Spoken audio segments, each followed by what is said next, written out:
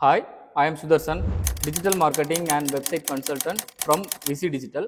இன்னைக்கு நம்ம வீடியோவில் எதை பற்றி பார்க்க போகிறோம்னா உங்கள் வெப்சைட் டெவலப் பண்ணும்போது நீங்கள் ஃபாலோ பண்ணக்கூடிய 50+ செக்லிஸ்ட் தான் நம்ம இன்னைக்கு பார்க்க போகிறோம். நீங்கள் இந்த 50+ செக்லிஸ்ட் ஃபாலோ பண்ணி வெப்சைட் டெவலப் பண்ணும்போது உங்கள் வெப்சைட் ஒரு இன்டர்நேஷ்னல் ஸ்டாண்டர்ட் லெவலில் இருக்கும். ஸோ உங்களுக்கு குவாலிட்டியான ஒரு வெப்சைட் டெவலப் பண்ணணும் அப்படின்னா உங்களோட கரண்ட் வெப்சைட் டெவலப்மெண்ட் ஏஜென்சி கூட நீங்கள் இந்த 50+ செக்லிஸ்ட்டையும் டிஸ்கஸ் பண்ணி கம்ப்ளீட்டாக உங்கள் வெப்சைட்டுக்கு முடிச்சு வாங்கிட்டீங்க அப்படின்னா உங்களால் ஒரு பெட்டர் வெப்சைட் உங்கள் பிஸ்னஸ்க்கு நீங்கள் க்ரியேட் பண்ணி எடுத்துக்கலாம்.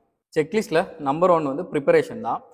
நீங்கள் உங்களோட வெப்சைட் டெவலப்மெண்ட் ஏஜென்சி கிட்ட நீங்கள் என்கொயரி பண்ணும்போது, அதாவது உங்களுக்கு வெப்சைட் க்ரியேட் பண்ணணும்னு என்கொயரி பண்ணும்போது அவங்க தரக்கூடிய ப்ரப்போசலில் என்ன இருக்கணும் அப்படின்னா உங்களோட காம்படிட்டர் வெப்சைட் எல்லாமே அனலைஸ் பண்ணி அவங்க என்ன மாதிரி டிசைன்ஸ் யூஸ் பண்ணியிருக்காங்க, என்ன மாதிரி ஃபங்க்ஷனாலிட்டிஸ்லாம் வெப்சைட்டில் வச்சுருக்காங்க, எவ்வளவு பேஜஸ் வந்து அவங்களோட வெப்சைட்டில் க்ரியேட் பண்ணியிருக்காங்க, அவங்களோட கண்டென்ட் எல்லாமே எப்படி இருக்குது, என்ன மாதிரி கீவேர்ட்ஸ் யூஸ் பண்ணியிருக்காங்க, இந்த மாதிரி ஒரு ரிப்போர்ட் காம்படிட்டர் அனாலிசிஸ் ரிப்போர்ட் அவங்க எடுத்துட்டு அதுக்கப்புறம் உங்ககிட்ட அப்ரோச் பண்ணாங்கன்னா ரொம்பவே ஒரு பெனிஃபிட்டாக இருக்கும்.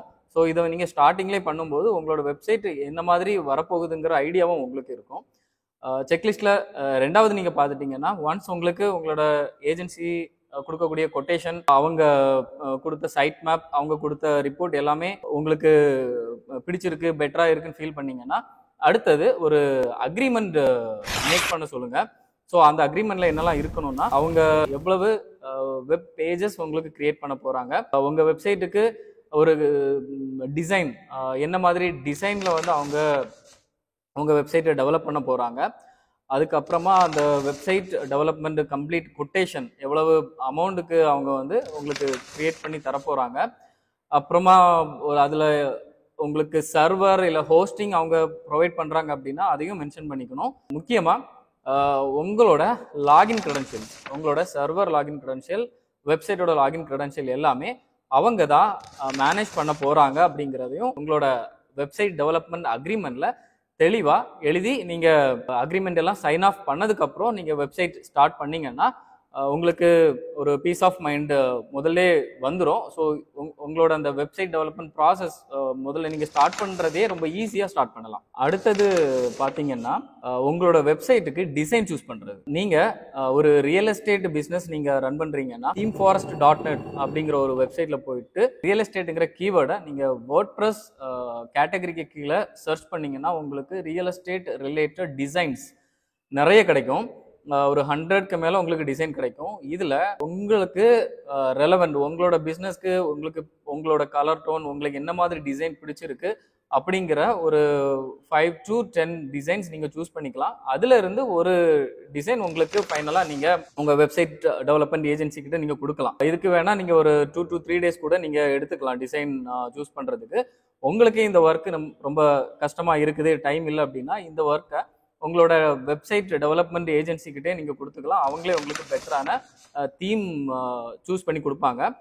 ஒன்ஸ் நீங்கள் தீம் சூஸ் பண்ணிட்டீங்க அப்படின்னா சைட் ஸ்ட்ரக்சர் க்ரியேட் பண்ணணும். சைட் ஸ்ட்ரக்சர் அப்படின்னா உங்களோட ஒரு பேஜும் என்னென்ன மாதிரி யூஆர்எல்ஸில் இருக்குது, கரெக்டாக இருக்குதா. அதாவது ஃபார் எக்ஸாம்பிள் ரியல் எஸ்டேட் வெப்சைட்னா உங்களோட ஹோம் பேஜ் .com உங்களோட business.com இருக்கும், realestate.com. அதில் உங்களுக்கு அபோட்டஸ் இருக்குது. அந்த பேஜ் எப்படி இருக்கும்னா realestate.com/aboutus. உங்களுக்கு சர்வீசஸ் இருக்குது, என்னென்ன சர்வீஸ் நீங்கள் கொடுக்க போகிறீங்க அப்படின்னா எல்லாமே ஒரே பேஜில் கொண்டு வரலாம். அந்த பேஜ் எப்படி இருக்கணும்னா realestate.com/servicesன்னு இருக்கும். இந்த சர்வீசஸ்க்குள்ளே நீங்கள் ஒரு இண்டிவிஜுவல் சர்வீஸ் கொடுக்குறீங்க, நீங்கள் ஒரு கன்சல்டிங் கொடுக்குறீங்க அப்படின்னா உங்களோட யூஆர்எல் எப்படி இருக்கணும்னா realestate.com/services/consulting இந்த மாதிரி தான் இருக்கணும். டைரெக்டாக realestate.com/consultingனு இருக்கக்கூடாது.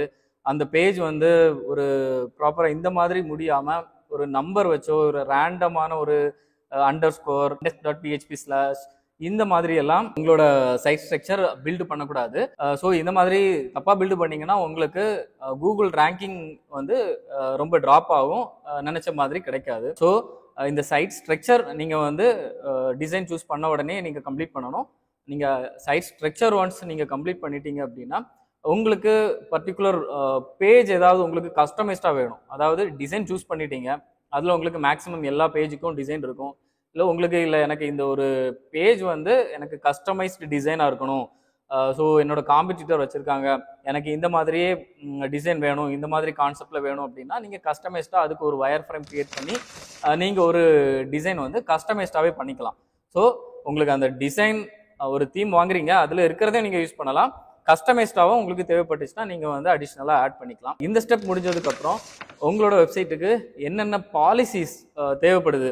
ஒரு ஷாப்பிங் வெப்சைட்டாக இருந்தால் உங்களுக்கு ரீஃபண்ட் பாலிசி வரும், கேன்சலேஷன் பாலிசி வரும். அதே மாதிரி வெப்சைட் எல்லா வெப்சைட்டும் கண்டிப்பாக டேர்ம்ஸ் அண்ட் கண்டிஷன் வரும், ப்ரைவேசி பாலிசி நீங்கள் கண்டிப்பாக போடணும். ஸோ இந்த மாதிரி என்னென்ன பாலிசிஸ் உங்களுக்கு தேவைப்படுது அப்படிங்கிறதையும் நீங்கள் ஃபஸ்ட்டே நீங்கள் டிசைட் பண்ணிட்டீங்கன்னா ரொம்பவே யூஸ்ஃபுல்லாக இருக்கும். அடுத்தது setup your hosting and your website. First நீங்கள் ஒரு ஹோஸ்டிங் அக்கௌண்ட் கண்டிப்பாக உங்களுக்கு இருக்கணும். உங்களோட வெப்சைட் எல்லாத்தையும் வச்சுக்கிறதுக்கு ஒரு இடம் வேணும். ஸோ அதுதான் ஹோஸ்டிங். நம்ம ஒரு வீடியோ போட்டிருக்கோம், சர்வர் பற்றி ஒரு வீடியோ போட்டிருக்கோம். நீங்கள் அதை பார்த்தீங்கன்னா ஹோஸ்டிங்னா என்னங்கிறது உங்களுக்கு அண்டர்ஸ்டாண்ட் ஆகும்.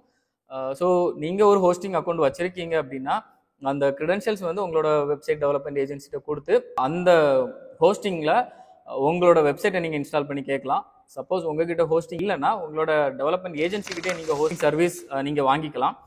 ஒன்ஸ் இந்த ஹோஸ்டிங் நீங்கள் சூஸ் பண்ணதுக்கு அப்புறமா டொமைன் ரெஜிஸ்டர் பண்ணணும். GoDaddyல உங்களோட டொமைனை ரெஜிஸ்டர் பண்ணி உங்களோட கிளைண்ட்டுக்கு ஒரு டெலிகேட் ஆக்சஸ் கொடுத்துக்கலாம். ஸோ அவங்க உங்களோட வெப்சைட்டை ஹோஸ்ட் பண்ணி அந்த டொமைனில் பாயிண்ட் பண்ணிடுவாங்க. இன்னொன்று, வெப்சைட்டை டெவலப் பண்ணும்போது அது ஸ்டேஜிங் வெப்சைட்டாக தான் நீங்கள் வச்சுக்கணும். அதாவது டைரெக்டாக உங்களோட டொமைனில் போடக்கூடாது, அதுக்கு ஒரு சப் டொமைன் கிரியேட் பண்ணி அதில் தான் போடணும். So dev. உங்களோட businessname.com அந்த மாதிரி போடலாம், இல்லைனா staging.businessname.com அந்த மாதிரி ஒரு URL ஃபார்மேட்டில் நீங்கள் போட்டிங்கன்னா யாரும் ஆக்சஸ் பண்ணும்போதும் உங்களோட வெப்சைட் வந்து டெவலப் ஆகிட்டே இருக்கும்போது பார்க்க முடியாது. ஸோ மெயினாக ஸ்டேஜிங் URL வேறு யாருக்குமே தெரியாது, நம்ம கொடுத்தா மட்டும்தான் தெரியும். அதுக்கப்புறமா பார்த்தீங்கன்னா கூகுளில் இருந்து உங்களோட ஸ்டேஜிங் URL டீஇண்டெக்ஸ் பண்ணி வைக்கணும். ஏன் டீஇண்டெக்ஸ் பண்ணி வைக்கணும்னா உங்களோட வெப்சைட் டெவலப்மெண்ட் மோடில் இருக்கும்போது குவாலிட்டியாகவே இருக்காது, ஏன்னா நிறைய டாஸ்க் முடிக்காமலே இருக்கும். ஸோ இந்த வெப்சைட்டை கூகுள் இண்டெக்ஸ் பண்ணாங்கன்னா உங்களோட வெப்சைட் வந்து ஒரு குவாலிட்டி இல்லாத வெப்சைட்டுங்கிற ஒரு கேட்டகரியில் கூகுள் ஐடென்டிஃபை பண்ணிப்பாங்க. அதுக்கப்புறம் நீங்கள் வெப்சைட் முடிச்சுட்டு லைவ் பண்ணும்போது இண்டெக்ஸிங்கில் நிறைய ப்ராப்ளம் வரும். முக்கியமாக டைம் எடுக்கும். ப்ராப்ளம் வருங்கிறத விடவும் டைம் நிறைய எடுக்கும் கரெக்டாக இண்டெக்ஸ் ஆகி வர்றதுக்கு. சப்போஸ் நீங்கள் இதை டீஇண்டெக்ஸ் பண்ணி வச்சுட்டீங்க அப்படின்னா உங்களோட வெப்சைட்டை கூகுள் இண்டெக்ஸ் பண்ணாது. ஒன்ஸ் நீங்கள் வெப்சைட் முடிச்சதுக்கப்புறம் நீங்கள் இண்டெக்ஸிங் கொடுத்துக்கலாம். ஒரு வித்தின் 3 days உங்களோட வெப்சைட் வந்து இண்டெக்ஸ் ஆயிரும். அதே மாதிரி யூசர்ஸ்க்கும் ரெலவெண்டான பேஜஸ் மட்டும்தான் தெரியும். நம்ம டெவலப்மெண்ட் மோடில் இருக்கும்போது என்னென்னலாம் பேஜ் கிரியேட் பண்ணிட்டு இருந்தோமோ அந்த பேஜஸ் எதுவுமே யூசருக்கு கூகுள் காமிக்காது.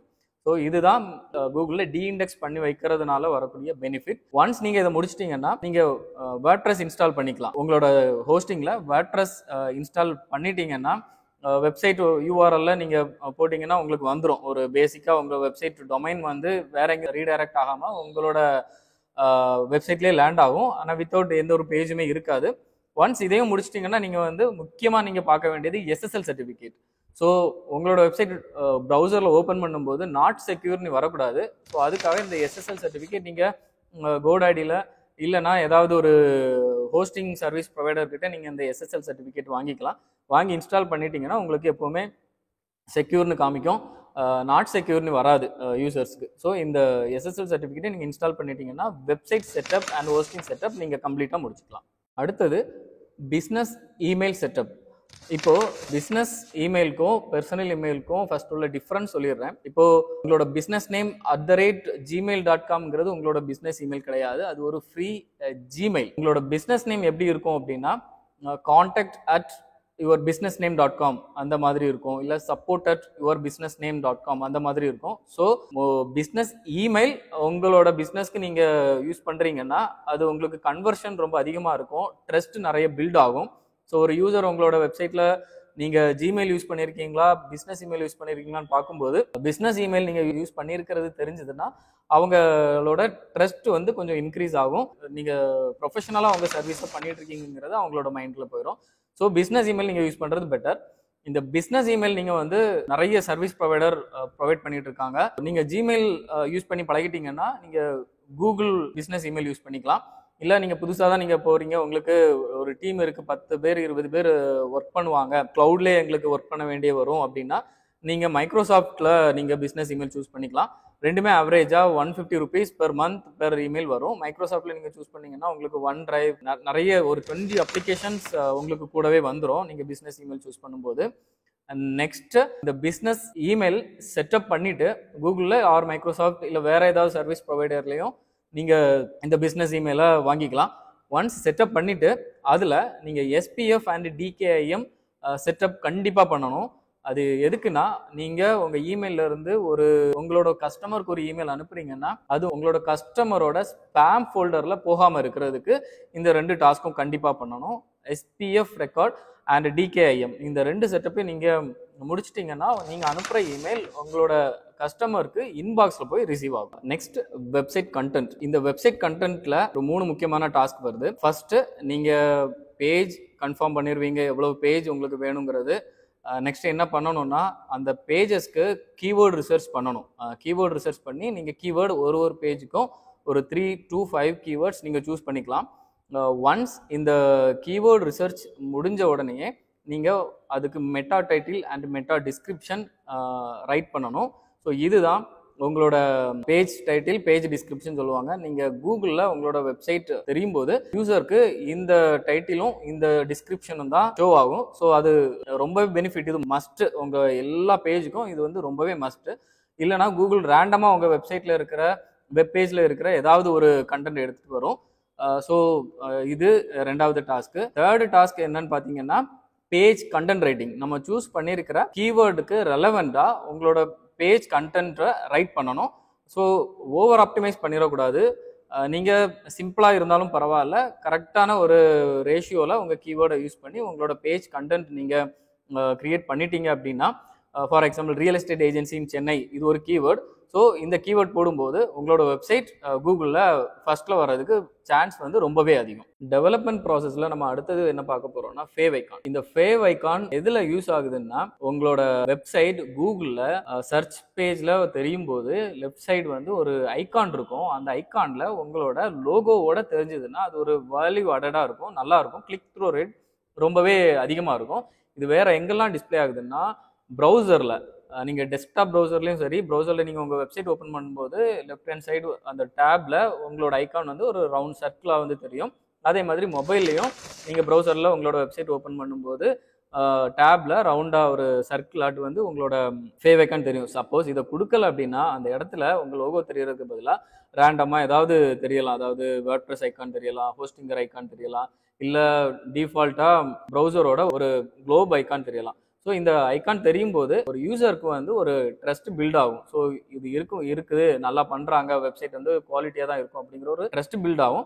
ஸோ இந்த டாஸ்க்கையும் கண்டிப்பாக நீங்கள் ஃபாலோ பண்ணுங்கள். அடுத்தது பார்த்தீங்கன்னா 404 எரர் பேஜ். சப்போஸ் எனி ரீசன்னால் உங்களோட யூசர்ஸ் உங்களோட ஏதாவது ஒரு வெப்சைட்டை விசிட் பண்ணும்போது, இல்லை ஏதாவது ஒரு ஆர்டிக்கிள் இருந்து கிளிக் பண்ணி உங்களோட வெப்சைட்டை விசிட் பண்ணும்போது அந்த பேஜ் ஓப்பன் ஆகாமல் இருக்கலாம். ஏதாவது சின்ன மிஸ்டேக்னால ஓப்பன் ஆகாமல் 404 எரர் காமிக்கலாம். முன்னாடி இந்த 404 எரர் எப்படி இருக்கும்னா, அந்த பேஜ் ரொம்ப பிளாங்காக இருக்கும், அந்த பேஜில் எதுவுமே இருக்காது, ஜஸ்ட் 404 எரர் மட்டும் காமிக்கும். ஆனால் இந்த பேஜை வந்து நம்ம செட்டப் பண்ணலாம். இந்த மாதிரி ஏதாவது நம்ம டொமைனில் இருந்து ஓப்பன் ஆகாத பேஜுக்கு வந்து யாராவது 404 எரர் பேஜை வந்து விசிட் பண்ணுறாங்க அப்படின்னா, தப்பான URL விசிட் பண்ணுறாங்கன்னா, நம்ம அந்த பேஜை வந்து எம்டியாக விடுறதுக்கு பதிலாக நம்ம பேஜை டிசைன் பண்ணி நம்மளோட மெனுவை அப்படியே கொண்டு வந்துடலாம். ப்ளஸ் அந்த 404 எரர் பேஜில் உங்களோட எல்லா பேஜோட லிஸ்ட்டையும் நீங்கள் ஒரு HTML சைட் மேப்பாக நீங்கள் வந்து கொண்டு வந்துட்டீங்கன்னா, அவங்க க்ளோஸ் பண்ணிட்டு போகிறதுக்கு பதிலாக உங்களோட வெப்சைட்லேயே அவங்க தேடி வந்த டீட்டெயிலை ஃபைண்ட் பண்ணுறதுக்கு ரொம்ப ஈஸியாக இருக்கும். ஸோ அவங்க வேறு வெப்சைட்டுக்கு போகிறதுக்கு முன்னாடி உங்கள் வெப்சைட்லேயே ஸ்டே பண்ணுவாங்க. ஸோ இதோட பெனிஃபிட் தான் 404 பேஜ் வந்து நம்ம கஸ்டமைஸ்டாக டெவலப் பண்ணுறது. அடுத்தது நம்ம பார்க்க போகிறது என்னென்னா, HTML ஸ்கீமா இம்ப்ளிமெண்டேஷன். ஸோ இந்த HTML ஸ்கீமா இம்ப்ளிமெண்டேஷனை சிம்பிளாக புரிய வைக்கணும்னா, நீங்கள் கூகுளில் பை ஐஃபோன் 15 Pro மேக்ஸ்ன்னு தேடுங்க, உங்களுக்கு நிறைய ரிசல்ட் வரும். அதில் ஒரு சில வெப்சைட்டில் வந்து அவங்களோட டைட்டில் அண்ட் டிஸ்கிரிப்ஷன் மட்டும்தான் இருக்கும். ஆனால் வேறு சில வெப்சைட்டில் எப்படி இருக்கும்னா, அவங்களோட டைட்டில் இருக்கும், டிஸ்கிரிப்ஷன் இருக்கும், அந்த ஐஃபோனோட ப்ரைஸ் ரேஞ்ச் இருக்கும், அதோட ரிவ்யூஸ் இருக்கும், ரேட்டிங் இருக்கும். இந்த மாதிரி டிஸ்கவுண்ட் இருக்கும், இந்த மாதிரி அடிஷ்னல் டேட்டா கூகுள்லேயே வந்து ஷோ ஆகும்போது அவங்க ஒன்லி டைட்டில் அண்ட் டிஸ்கிரிப்ஷன் இருக்கிற வெப்சைட்டுக்கு போகிறதுக்கு பதிலாக இந்த ஸ்கீமா அடிஷ்னல் டேட்டா டிஸ்பிளே ஆகிற வெப்சைட்டுக்கு போகிறதுக்கு ரொம்பவே சான்ஸ் அதிகம். இதை நம்ம இம்ப்ளிமெண்ட் பண்ணுறது மூலமாக உங்களோட வெப்சைட் உங்களோட ப்ராடக்டோட டீட்டெயில்ஸ், அதாவது நீங்கள் ஏதாவது ப்ராடக்ட் வச்சுருக்கீங்க அப்படின்னா அதோட ப்ரைஸ், அதோட ரேட்டிங், அதோட ரிவ்யூஸ், அதுக்கு ஏதாவது டிஸ்கவுண்ட் கொடுத்துருக்கீங்க, அது எவ்வளோ ஸ்டாக் இருக்குது, இந்த டீட்டெயில்ஸ் எல்லாமே வந்து உங்களுக்கு கூகுள்லேயே கீழே வர்ற மாதிரி அடிஷ்னலாக நீங்கள் பண்ணிக்கலாம். ஸோ இது வந்து ரொம்ப ரொம்ப முக்கியமான ஒரு ஃபீச்சர் தான். ஸோ இதுவும் நீங்கள் மஸ்ட்டு பண்ணக்கூடிய டாஸ்க் தான். அடுத்தது இமேஜ் ஆப்டிமைசேஷன். நிறைய பேர் ஒரு வெப்பேஜை சீக்கிரமாக டெவலப் பண்ணுறதுக்காக அவங்க அந்த வெப்பேஜில் யூஸ் பண்ணக்கூடிய இமேஜை அப்படியே கிளைண்ட் கொடுக்குற இமேஜை அப்படியே வந்து யூஸ் பண்ணிடுவாங்க. ஸோ இது கம்ப்ளீட்டான ஒரு தப்பான ஒரு மெத்தட் தான். ஏன்னா நீங்கள் அப்படியே யூஸ் பண்ணும்போது உங்களோட கிளைண்ட் கொடுக்கக்கூடிய இமேஜ் ரொம்ப குவாலிட்டியாக, ரொம்ப ஃபைல் சைஸ் வந்து ரொம்ப அதிகமான ஒரு ஃபைல் சைஸாக இருக்கும். நீங்கள் அப்படியே நீங்கள் கொடுக்கும்போது பேஜ் ஸ்பீடு வந்து ரொம்பவே குறையும், அதனால லோடிங் டைம் வந்து ரொம்ப அதிகமாகும். அதே மாதிரி ப்ராப்பராக ஒரு கீவேர்டு நீங்கள் வந்து அந்த இமேஜுக்கு கொடுத்து தான் வெப்சைட்லேயே நீங்கள் அப்லோட் பண்ணணும். இந்த கீவேர்டு கொடுக்கறதுனால என்ன பெனிஃபிட் அப்படின்னா, கூகுளுக்கு தெரியும் ஓகே இந்த இமேஜ் வந்து ஒரு நீங்கள் ரேண்டம் நம்பரில் நீங்கள் அப்லோட் பண்ணீங்கன்னா அந்த இமேஜில் என்ன இருக்குன்னு தெரியாது. ஸோ ஆனால் கீவேர்டு கொடுத்து நீங்கள் அந்த இமேஜ் அப்லோட் பண்ணீங்க உங்கள் வெப்சைட்லன்னா, கூகுள் இமேஜ் சர்ச்சில் உங்களோட வெப்சைட் பேஜில் நீங்கள் என்ன இமேஜ் கொடுத்துருக்கீங்களோ அது எடுத்துகிட்டு வர்றதுக்கு நிறையவே சான்ஸ் இருக்குது. அதுக்கப்புறமா இமேஜ் வந்து ப்ராப்பர் டைமென்ஷனில் இருக்கணும். நீங்கள் ஒரு பேஜில் ஒரு பக்கம் கண்டென்ட் இருக்குது, இன்னொரு பக்கம் இமேஜ் வந்து சின்னதாக தான் உங்களுக்கு போடணும் அப்படின்னா நீங்கள் கிளைண்ட் தரக்கூடிய அவ்வளோ பெரிய இமேஜை நீங்கள் போடவே கூடாது. பெர்ஃபெக்டாக கரெக்டாக நீங்கள் வந்து ரீசைஸ் பண்ணி அதை குவாலிட்டி குறையாமல் நீங்கள் வந்து கம்ப்ரஸ் பண்ணலாம். ஸோ ஒரு இமேஜ் வந்து உங்களுக்கு ஒரு 100 MB இல்லை 300 MB நீங்கள் அப்லோட் பண்ணுறதுக்கு பதிலாக அதை வந்து ஒரு 50 MB இல்லை 30 MBக்கு நீங்கள் கன்வெர்ட் பண்ணிடலாம். ஸோ கன்வெர்ட் பண்ணி அதுக்கப்புறம் தான் நீங்கள் அப்லோட் பண்ணணும். வித் ப்ராப்பர் ஆல்ட் டேக்கோட நீங்கள் அப்லோட் பண்ணிங்கன்னா இந்த இமேஜ் ஆல்ட் டேக் வந்து உங்களுக்கு ரொம்பவே பெனிஃபிட்டாக இருக்கும்.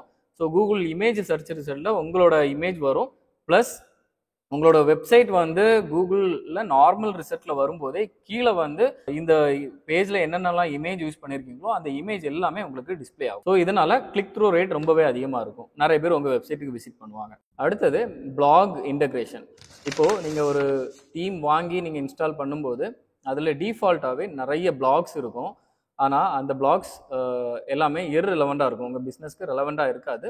நீங்கள் பெட்டர் என்ன பண்ணணும்னா அந்த பிளாக்ஸ் எல்லாமே ரிமூவ் பண்ணணும், அதாவது கம்ப்ளீட்டாக டெலீட் பண்ணணும். அந்த பிளாகில் யூஸ் பண்ணியிருக்கிற கேட்டகரிஸ், டேக்ஸ் இதுவும் தனித்தனியாக அந்த கேட்டகரிஸ் டேப்பில் போயிட்டு எல்லா கேட்டகரிஸும் டெலீட் பண்ணணும், எல்லா டேக்ஸையும் நீங்கள் வந்து டெலீட் பண்ணணும். உங்களுக்கு பிளாக் தேவை அப்படின்னா இன்டகிரேட் பண்ணிக்கலாம், பிளாக் தேவையில்லை அப்படின்னா நீங்கள் கம்ப்ளீட்டாக அதை அந்த பிளாகே வந்து ரிமூவ் பண்ணிக்கலாம். இப்போ பிளாக் உங்களுக்கு தேவைப்படுதுன்னா அதில் மினிமம் ஒரு 3 பிளாக் நீங்கள் எழுதி உங்களோட வெப்சைட் லைவ் ஆகும்போது அந்த 3 பிளாகோட நீங்கள் லைவ் பண்ணுறது கொஞ்சம் பெட்டராக இருக்கும். ஸோ அந்த 3 பிளாகுக்கும் நீங்கள் இண்டிவிஜுவலாக ப்ராப்பர் கேட்டகரி சூஸ் பண்ணணும். சேம் அதே மாதிரி ரெலவெண்ட்டான கீவேர்ட்ஸ் வந்து அந்த 3 பிளாக்லையுமே நீங்கள் ஆட் பண்ணியிருக்கீங்க அப்படின்னா ரொம்பவே அது ஒரு யூஸ்ஃபுல்லாக இருக்கும் இந்த பிளாக் செட்டப் பண்ணும்போது. அதே மாதிரி இந்த ஆத்தர் நேம் வந்து நீங்கள் பார்த்துக்கணும்.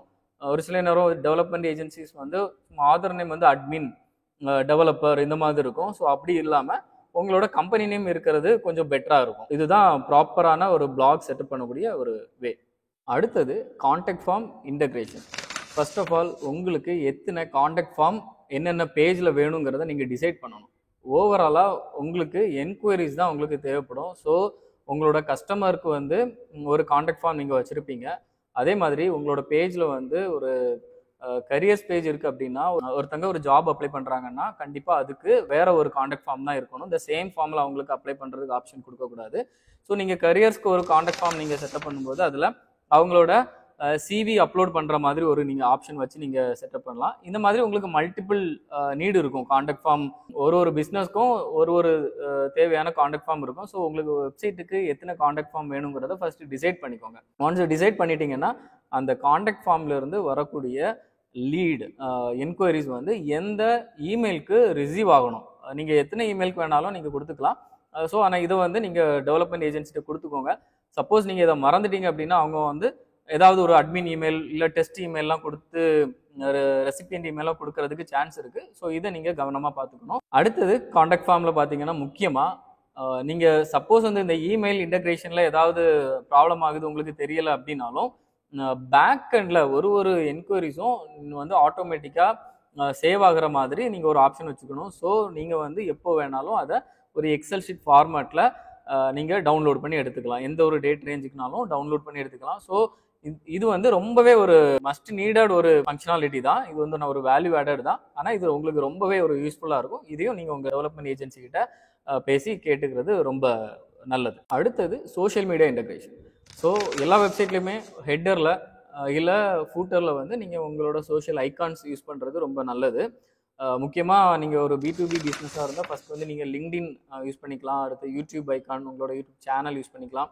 இன்ஸ்டாகிராம், ட்விட்டர், அப்புறம் ஃபேஸ்புக், இந்த மாதிரி காமனாக இருக்கிறது நீங்கள் யூஸ் பண்ணிக்கலாம். இது வந்து கரெக்டான உங்களோட டிசைனுக்கு என்ன மாதிரி ஐகான்ஸ், சோஷியல் மீடியா ஐகான்ஸ் தேவையோ அது உங்களோட டிசைன் அண்ட் டெவலப்பர்ஸ்கிட்ட கேட்டு நீங்கள் வாங்கிக்கோங்க.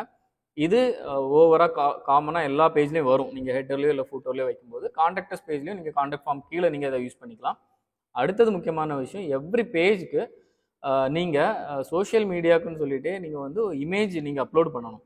அதாவது உங்களோட யூஆரில் ஃபேஸ்புக்லேயோ இல்லை ஒரு வாட்ஸ்அப்லேயோ இந்த மாதிரி ஏதாவது ஒரு மீடியமில் ஷேர் பண்ணும்போது ஒரு என்னெல்லாம் அடிஷ்னலாக வரும்னா ஒரு இமேஜ் வரும், ஒரு டைட்டில் வரும், ஒரு டிஸ்கிரிப்ஷன் வரும். இதையும் நம்ம கண்ட்ரோல் பண்ணலாம். ஸோ சோஷியல் மீடியாக்காகவே நீங்கள் ஒரு தனியாக டைட்டில், டிஸ்கிரிப்ஷன், அதுக்கப்புறம் அந்த இமேஜ் நீங்கள் டிசைன் பண்ணி அப்லோட் பண்ணிங்கன்னா ரொம்பவே வந்து உங்களுக்கு ஒரு ரிச்சாக இருக்கும் உங்கள் வெப்சைட். சும்மா ரேண்டமாக ஏதாவது எடுத்துகிட்டு வர்றதுக்கு பதிலாக உங்களுக்கு நீங்கள் நினைக்கிறத நீங்கள் வந்து கொண்டு வந்துடலாம் அந்த மாதிரி ஷேர் பண்ணும்போது. அடுத்து உங்கள் வெப்சைட் முடிஞ்சு வரும்போது அது கம்ப்ளீட்டாக ரெஸ்பான்சிவ்னஸாக இருக்குதான்னு பார்த்துக்கோங்க. ஃபஸ்ட்டு நீங்கள் டெஸ்க்டாப்புக்கு நீங்கள் கம்ப்ளீட்டாக செக் பண்ணிக்கலாம். உங்களுக்கு ஏதாவது டிசைனில் சேஞ்ச் பண்ண வேண்டிய இருக்குது, இல்லை புதுசாக ஏதாவது செக்ஷன் ஆட் பண்ண வேண்டிய இருக்குது, இந்த மாதிரி ஏதாவது ஒரு சேஞ்சஸ் உங்கள் டிசைன் ஏஜென்சிக்கிட்ட இருந்து தேவைப்பட்டுச்சுன்னா நீங்கள் அந்த டெஸ்க்டாப் வெர்ஷன்லேயே நீங்கள் வந்து இன்ஃபார்ம் பண்ணிக்கணும். அப்படின்னா தான் அவங்களோட டைமும் சேவ் ஆகும். ஸோ ஒன்ஸ் நீங்கள் டெஸ்க்டாப் வெர்ஷனை கம்ப்ளீட் பண்ணிட்டீங்கன்னா நீங்கள் மல்டிபிள் மொபைலில் வந்து கரெக்டாக இருக்குதானே செக் பண்ணிக்கோங்க. ஸோ இது வந்து உங்களோட வெப்சைட் வந்து வேரியஸ் டிவைசஸில் எல்லா டிவைசஸ்லேயுமே வந்து ரெஸ்பான்சிவ்னஸாக இருக்கிறத நீங்கள் உறுதிப்படுத்திக்கலாம். இது மஸ்ட் நீடட் வந்து இதுதான். சில வெப்சைட்டில் வந்து உங்களுக்கு தனியாக மொபைல் மெனு இதெல்லாம் இருக்காது. மெனு இருந்தாலுமே அதுவே வந்து ஒரு மோர் தென் 25% ஸ்பேஸை வந்து ஆக்குப்பை பண்ணிக்கும். ஸோ இந்த மாதிரி இஷ்யூஸ் எல்லாம் நீங்கள் முதல்லையே வந்து சால்வ் பண்ணணும். நீங்களும் இருந்து நீங்கள் உங்கள் டீமில் இருந்து மொபைல் ரெஸ்பான்சிவ்னஸை செக் பண்ணுறது ஒரு மஸ்ட் நீடட் விஷயங்கள் தான். அடுத்தது பேஜ் ஸ்பீடு. உங்கள் வெப்சைட் வந்து ஸ்பீடாக லோட் ஆகிறது ரொம்பவே முக்கியம்.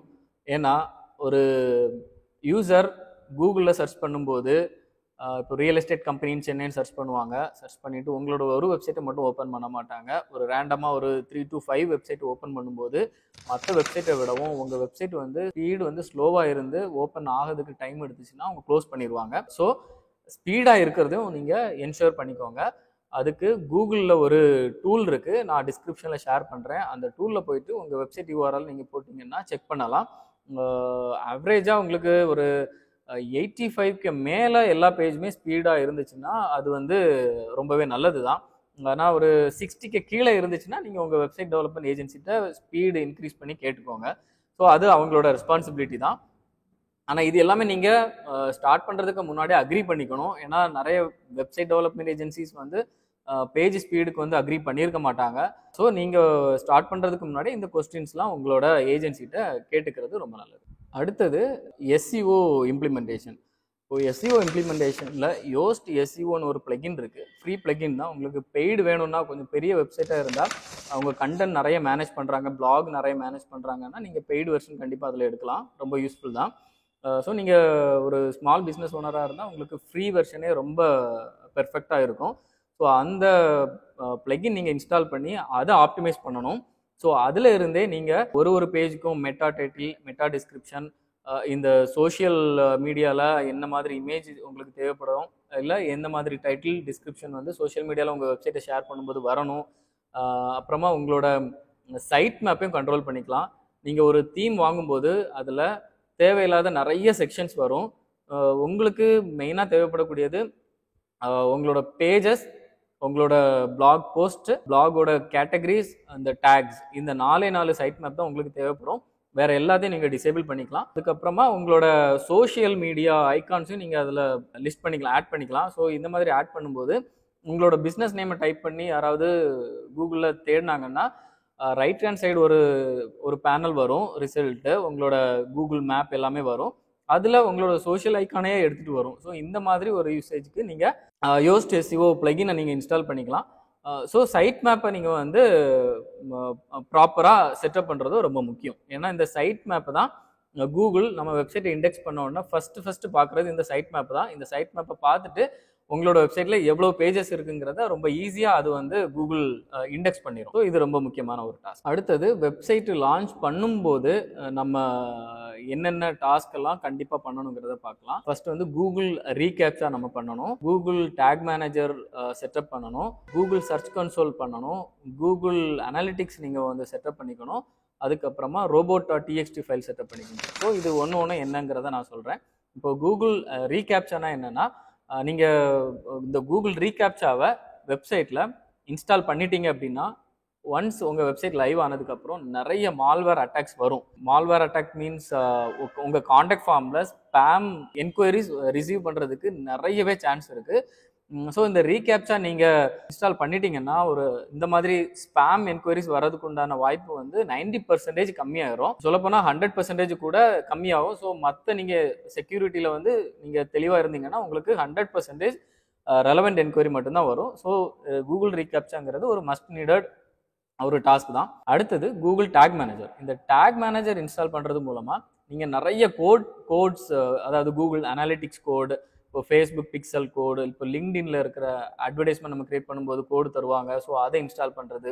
ஸோ இந்த மாதிரி எல்லா கோடையும் வெப்சைட்டில் நீங்கள் டைரெக்டாக போட்டு அதோட லோடிங் ஸ்பீடை இன்க்ரீஸ் பண்ணாமல் நீங்கள் கூகுள் டேக் மேனேஜர் கோட் மட்டும் நீங்கள் வந்து வெப்சைட்டில் போட்டால் போதும்.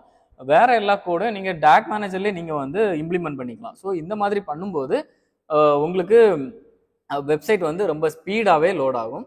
ஸோ இதோட யூஸ் தான் வந்து கூகுள் டேக் மேனேஜர் இன்ஸ்டால் பண்ணுறது மூலமாக கிடைக்கும். அடுத்தது கூகுள் அனாலிட்டிக்ஸ். இது ரொம்ப ரொம்ப ரொம்ப முக்கியமானது. ஏன்னா உங்களோட வெப்சைட்டுக்கு எத்தனை பேர் வராங்க, எத்தனை பேர் விசிட் பண்ணுறாங்க, எங்கேருந்து பண்ணுறாங்க, எந்தெந்த பேஜை எவ்வளோ பேர் பார்த்துருக்காங்க, எவ்வளவு நேரம் பார்த்துருக்காங்க, எந்த டிவைஸில் இருந்து பார்த்துருக்காங்க, எந்த நெட்வொர்க்கில் இருந்து பார்த்துருக்காங்க, எந்த ஓஎஸ்ல இருந்து பார்த்துருக்காங்க. ஸோ இந்த மாதிரி எல்லா டீட்டெயில்ஸையுமே வந்து நீங்கள் கூகுள் அனாலிட்டிக்ஸ் செட்டப் பண்ணுறது மூலமாக உங்களுக்கு டேட்டா கிடச்சிரும். இந்த டேட்டா வச்சு நீங்கள் வந்து உங்களோட மார்க்கெட்டிங் அமௌண்ட்டை கூட நீங்கள் ஃபிக்ஸ் பண்ணிக்கலாம். ஸோ இந்த மாதம் ஃபார் எக்ஸாம்பிள் ஒரு 10,000 விசிட்ஸ் உங்கள் வெப்சைட்டுக்கு வந்திருக்கு அப்படின்னா நீங்கள் டார்கெட் பண்ணிக்கலாம். நெக்ஸ்ட் மந்த் உங்களுக்கு 12,000 விசிட்டர்ஸ் வரணும், 13,000 வரணும். இன்னொன்று, இப்போ இந்த மாதிரி 10,000 விசிட்டர்ஸ் வராங்க, இவ்வளவு பேர் லீடு வந்திருக்கு அப்படின்னா உங்களுக்கு ஈஸியாக தெரியும். 20,000 வந்தாங்கன்னா நமக்கு இவ்வளோ லீடு வரும், இவ்வளோ பிஸ்னஸ் நடக்கும் அப்படிங்கிறது. ஸோ இந்த கூகுள் அனாலிட்டிக்ஸும் நீங்கள் இம்ப்ளிமெண்ட் பண்ணுறது ரொம்ப முக்கியமான ஒரு ஒர்க் தான். அதே மாதிரி அடுத்தது கூகுள் சர்ச் கன்சோல்.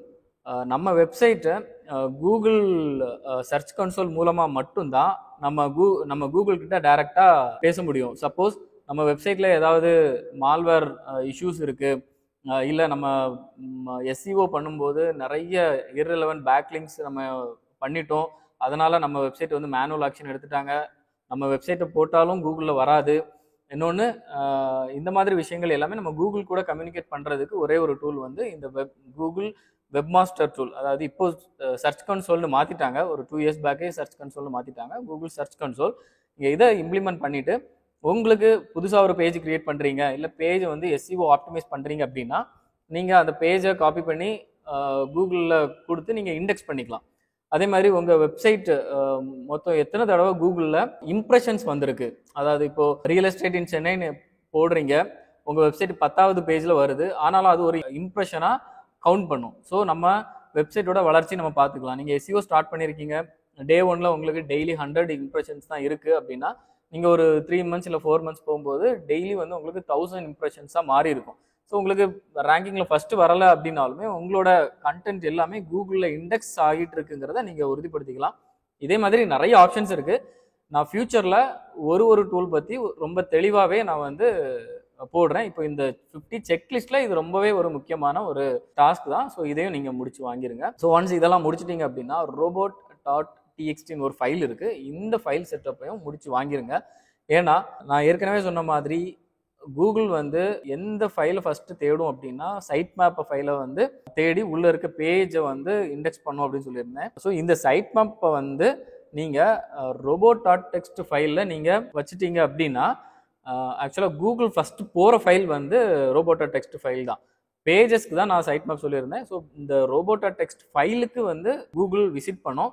அதுலேயே நம்ம நிறைய டிஃபைன் பண்ணலாம். எந்த பேஜை கூகுள் இண்டெக்ஸ் பண்ணணும், எந்த பேஜை இண்டெக்ஸ் பண்ணக்கூடாது, என்னென்ன சர்ச் இன்ஜின் எனக்கு எந்த பேஜை வந்து என்னோட வெப்சைட்டை இண்டெக்ஸ் பண்ணலாம், இந்தந்த சர்ச் இன்ஜின் வந்து எனக்கு இண்டெக்ஸ் பண்ணக்கூடாது, கூகுள் இமேஜ் பாட் வந்து என்னோட பேஜை இண்டெக்ஸ் பண்ணக்கூடாது, இல்லை கூகுள் இமேஜ் பாட் இண்டெக்ஸ் பண்ணலாம், கூகுள் நியூஸ் பாட் இண்டெக்ஸ் பண்ணக்கூடாது, எல்லாத்தையுமே நீங்கள் robot.txt நீங்கள் கண்ட்ரோல் பண்ணலாம். இதில் கடைசியாக நீங்கள் சைட் மேப் யூஆர்எல்லையும் நீங்கள் மென்ஷன் பண்ணலாம். ஸோ கூகுள் வந்து ஃபஸ்ட்டு robot.txt ஃபைலுக்கு வந்து டேரெக்டாக உங்கள் சைட் மேப்புக்கு வரும். இந்த சைட் மேப்பை ஆக்சஸ் பண்ணி உங்களோட எல்லா பேஜையுமே வந்து இண்டெக்ஸ் பண்ணுறதுக்குள்ள சான்ஸ் வந்து ரொம்பவே அதிகம். அதே மாதிரி நீங்கள் robot.txt டீஇண்டெக்ஸ் பண்ணக்கூடிய பேஜஸ் எதுவுமே நீங்கள் சைட் மேப்பில் நீங்கள் வைக்கக்கூடாது. ஸோ அப்படின்னா உங்களுக்கு கான்ஃப்ளிக்ட் ஆகும். இங்கே robot.txt நீங்கள் டீஇண்டெக்ஸ் பண்ணியிருப்பீங்க, ஆனால் அதே இது சைட் மேப்பில் வந்து இண்டெக்ஸ் பண்ணியிருக்கீங்கன்னா அது ரொம்ப கான்ஃப்ளிக்டாக இருக்கும். ஸோ அதை ப்ராப்பராக செட்டப் பண்ணி இதையும் நீங்கள் முடிச்சு வாங்கிருங்க.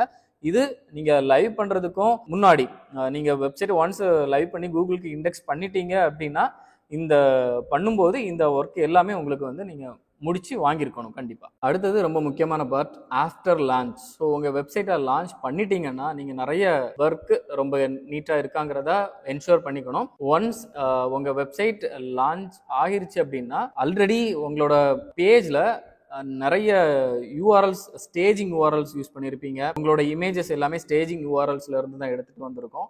ஸோ ஒன்ஸ் நீங்கள் வந்து இந்த ஸ்டேஜிங் யூஆர்எல்ல இருந்து உங்களோட businessname.com உங்களோட வெப்சைட் யூஆர்எலுக்கு மூவ் ஆகும்போது இந்த மாதிரி பழைய யூஆர்எல்ஸ் எதுவுமே இல்லாமல் பார்த்துக்கணும். அது எல்லாமே உங்கள் டெவலப்மெண்ட் டீம் தான் பார்த்துக்கணும்.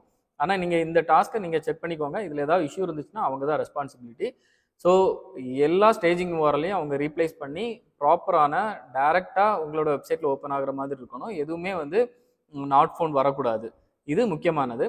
அடுத்தது உங்கள் வெப்சைட் யூஆர்எல் yourbusiness.com இதுதான் உங்கள் வெப்சைட் யூஆர்எல் அப்படின்னா இதுக்கு மல்டிபிள் வெர்ஷன்ஸ் இருக்குது.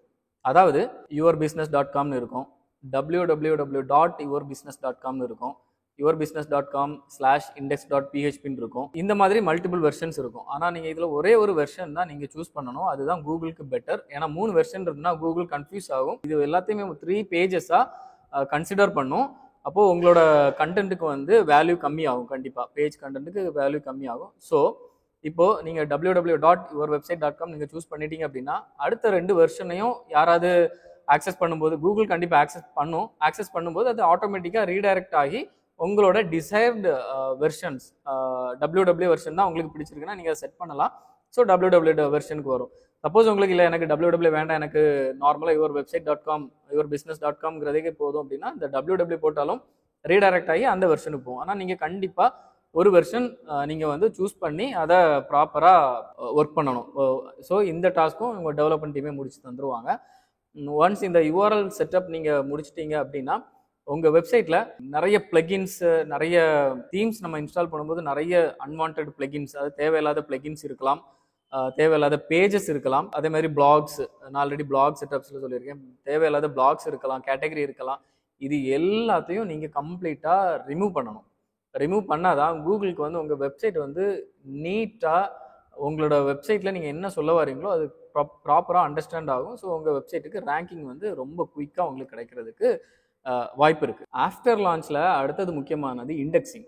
நீங்கள் இந்த மாதிரி எந்த ஒரு இஷ்யூமே இல்லாமல் வெப்சைட்டை டிசைன் அண்ட் டெவலப் பண்ணிட்டீங்கன்னா நீங்கள் கூகுளில் இண்டெக்ஸ் பண்ணணும். நம்ம ஏற்கனவே டெவலப்மெண்ட் வெப்சைட் டெவ் என்விரான்மெண்ட் அதாவது ஸ்டேஜிங் வெப்சைட்டை டீஇண்டெக்ஸ் பண்ணியிருக்கோம். ஸோ கூகுள் வந்து இண்டெக்ஸ் பண்ணாது. அதனால நம்ம இண்டெக்ஸிங் அந்த டீஇண்டெக்ஸிங் மோடில் இருந்து நம்ம இண்டெக்ஸ் பண்ணுறதுக்கு என்னென்ன பண்ணணுமோ அதை பண்ணி நம்ம வந்து கூகுளில் இண்டெக்ஸ் பண்ணிக்கலாம். ஸோ அதே மாதிரி நீங்கள் வந்து பிங் அந்த சர்ச் இன்ஜின் அதாவது அது மைக்ரோசாஃப்டோடது.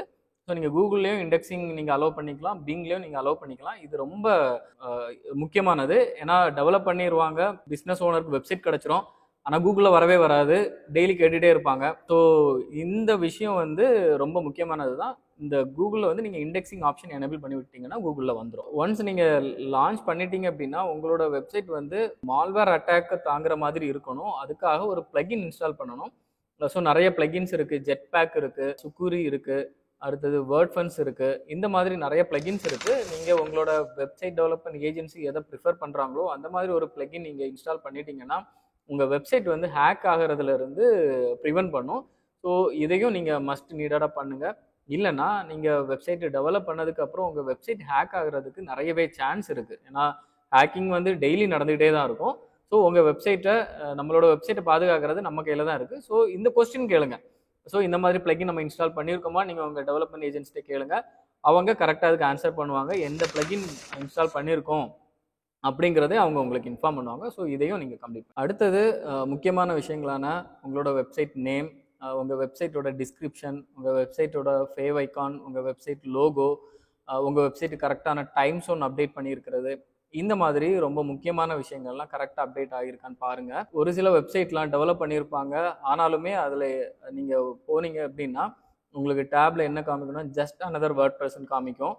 ஸோ இது எல்லாமே வந்து ஒரு ஹரிபரியில் பண்ணுறது, ஒரு டீப்பாக நம்ம வெப்சைட் டெவலப்மெண்ட் ப்ராப்பராக இருக்கணும்னு முடிக்காமல் பண்ணக்கூடிய வெப்சைட்டுக்கு தான் அப்படி இருக்கும். ஸோ இந்த மாதிரி விஷயங்கள் எல்லாமே நீங்கள் கன்ஃபார்ம் பண்ணிக்கோங்க. உங்கள் எக்ஸிஸ்டிங் வெப்சைட் டெவலப்மெண்ட் ஏஜென்சி கூட கன்ஃபார்ம் பண்ணிக்கோங்க. ஒன்ஸ் நீங்கள் எல்லாமே முடிச்சிட்டிங்க அப்படின்னா நீங்கள் வந்து மானிட்டர் பண்ணணும். எப்படியுமே ஒரு 2 to 3 months மானிட்டர் பண்ணணும். ஏதாவது ஒரு இஷ்யூஸ் ஃபேஸ் பண்ணிங்கன்னா உங்கள் டெவலப்மெண்ட் ஏஜென்சி கிட்ட நீங்கள் ஆல்ரெடி ஒரு 2 to 3 months மெயின்டெனன்ஸ் பிளான் பண்ணிக்கோங்க. ஃப்ரீ மெயின்டெனன்ஸ் ப்ரொவைட் பண்ணுவாங்க. 1 monthல இருந்து 3 months வரைக்கும் நார்மலாக ப்ரொவைட் பண்ணுவாங்க. ஸோ இந்த மாதிரி நேரத்தில் என்ன மாதிரி இஷ்யூ ஃபேஸ் பண்ணுவீங்கன்னா உங்கள் வெப்சைட் வந்து டவுன் டைம் ஃபேஸ் பண்ணுவீங்க. ஒரு சில நேரம் டவுன் ஆகிரும்.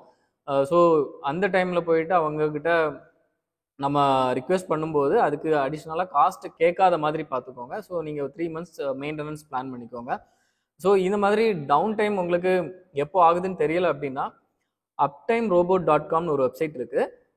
ஸோ அந்த வெப்சைட்டில் போய் நீங்கள் ரெஜிஸ்டர் பண்ணி உங்கள் வெப்சைட் ஆட் பண்ணிக்கோங்க. ஸோ இது மூலமாக உங்கள் வெப்சைட் எப்போ டவுன் ஆகுதோ உங்களுக்கு ஒரு நோட்டிஃபிகேஷன் வந்துடும். ஃப்ரீ வெர்ஷனில் நீங்கள் போனீங்கன்னா வித்தின் ஒரு 5 minutesக்குள்ளே உங்களுக்கு ஒரு அலர்ட் வந்துடும் இமெயிலுக்கு. ஸோ அது மூலமாக நீங்கள் உடனே உங்களோட வெப்சைட் டெவலப்மெண்ட் ஏஜென்சியை காண்டாக்ட் பண்ணி நீங்கள் செக் பண்ணிக்கலாம்.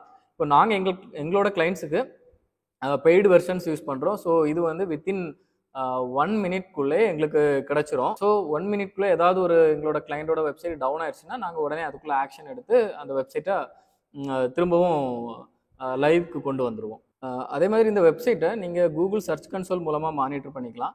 அதில் இந்த வெப்சைட்டில் ஏதாவது மால்வேர் இஷ்யூ வந்திருக்குதா, இல்லை ஏதாவது ப்ரோக்கன் லிங்க் இருக்குதா, இல்லை க்ரால் எரர் இருக்குதா, இந்த மாதிரி இஷ்யூஸ் எல்லாமே கூகுள் சர்ச் கன்சோலில் வந்துடும். ஸோ இண்டெக்ஸ் ஆகிறதுக்கு ஏதாவது வெப்சைட்டில் ப்ராப்ளம் இருக்குதா, இந்த மாதிரி விஷயங்கள் எல்லாமே உங்களுக்கு வந்து ஒரு நீங்கள் மானிட்டர் பண்ணும்போது இது எல்லாமே நீங்கள் செக் பண்ணிக்கலாம். செக் பண்ணி உங்களோட டெவலப்மெண்ட் ஏஜென்சிட்ட கொடுத்து இதை கரெக்ட் பண்ணி வாங்கிக்கலாம். ஸோ நீங்கள் இதையும் நீங்கள் ஃபாலோ பண்ணிக்கோங்க.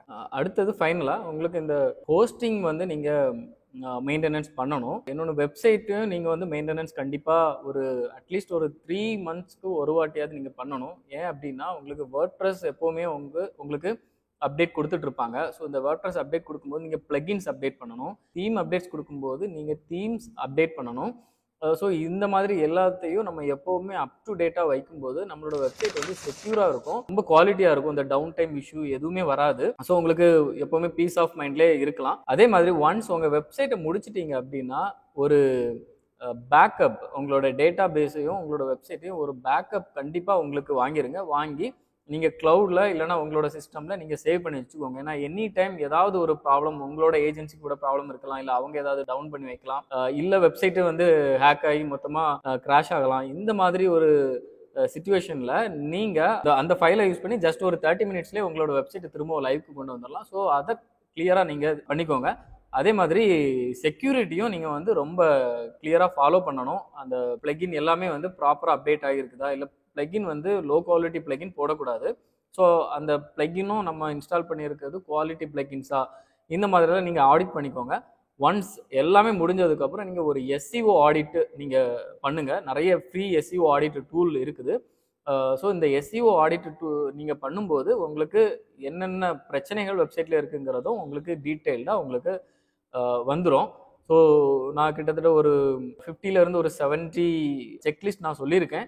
உங்களுக்கு இந்த செக்லிஸ்ட் வேணும் அப்படின்னா டிஸ்கிரிப்ஷனில் தெரிகிற நம்பருக்கும் இல்லை இமெயிலுக்கும் காண்டாக்ட் பண்ணுங்கள். நாங்கள் உங்களுக்கு இந்த 50+ செக்லிஸ்ட் நாங்கள் உங்களுக்கு அனுப்புகிறோம்.